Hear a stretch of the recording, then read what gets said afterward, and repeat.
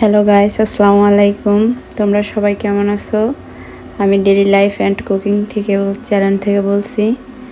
গ্রামে আসছি, রাজহাঁস খাবো, তাই বলে রাজহাঁস নিয়ে এসেছি। এটাকে জবাই দেওয়া হলো। দেখো, আমার বাচ্চাটা অনেক খুশি হাঁস দেখে। আমরা গরম পানি করে নেব হাঁসটাকে পরিষ্কার করার জন্য। গরম পানি করে নিয়ে হাঁসটাকে এখন পরিষ্কার করা হইতেছে। পরিষ্কার করা হয়ে গেছে। দেখো, এখন হাঁসটাকে ছোট ছোট টুকরো করে কেটে নেব। কাটা হয়ে গেছে, এখন ধুয়ে নেব। সুন্দরভাবে ধোয়ার পরে এটাকে সেকে দেব। এখন চুলায় হাঁড়ি বসিয়ে দিয়েছি, রেগুলার রান্নার তেল দিয়ে দিয়েছি পরিমাণ মতো। কিছু পেঁয়াজ কুচি দিয়েছি, শুকনো উপকরণগুলো দিচ্ছি, এলাচ, তেজপাতা, এগুলো দিয়ে দিব। পেঁয়াজটা বাদামি কালার হয়ে আসলে আদা বাটা, রসুন বাটা, পেঁয়াজ বাটা এগুলো দিয়ে কষিয়ে নিব।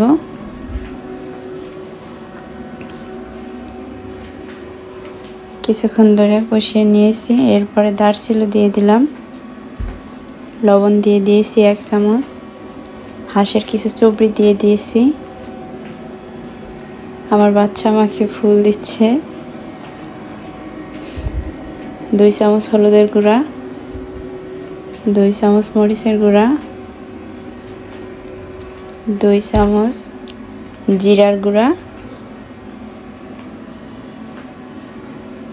1 চামচ মিক্স মশলার গুঁড়া দিয়ে ভালোভাবে কষিয়ে নিব। এবার মাংসটা দিয়ে দেব। মাংসটাকে কষিয়ে নিব। অনেক সময় নিয়ে মাংসটাকে কষাতে হবে।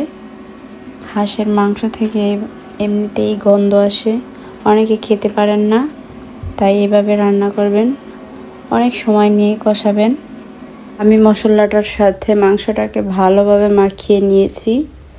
মাখিয়ে নেওয়ার পরে একটা ঢাকনা দিয়ে ঢেকে দিব।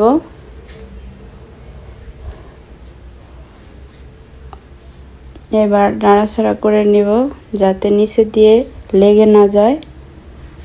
মাটির চুলাতে একটু পর পরে নাড়া দিতে হয়, না হলে নিচে দিয়ে লেগে যায়। দেখেন, আমার মাংসটা অনেক সুন্দরভাবে কষানো হয়ে গেছে। এর জন্য গরম পানি বসিয়ে দিয়েছি, কিছু আলু দিয়ে দিয়েছি। মাংসটার সাথে আবার কিছুক্ষণ কষিয়ে নিব। মাংসের ভিতরে দেওয়ার জন্য আমি গরম পানি বসিয়ে দিয়েছি। ফুটন্ত গরম পানি দিতে হবে। এই যে পানি দিয়ে দিলাম পরিমাণ মতো। এবার ঢাকনা দিয়ে ঢেকে দেব অনেকক্ষণ সময়ের জন্য। আপনারাও দিয়ে দেবেন। যারা যারা আমার চ্যানেলে নতুন আছেন তারা অবশ্যই সাবস্ক্রাইব করে দেবেন, লাইক করে দেবেন, সুন্দর একটা কমেন্ট করবেন। আমি কিছু আস্ত রসুন দিয়ে দিয়েছি।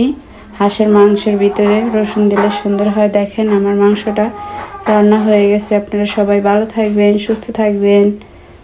আল্লাহ হাফেজ। বেশি বেশি শেয়ার করে দেবেন।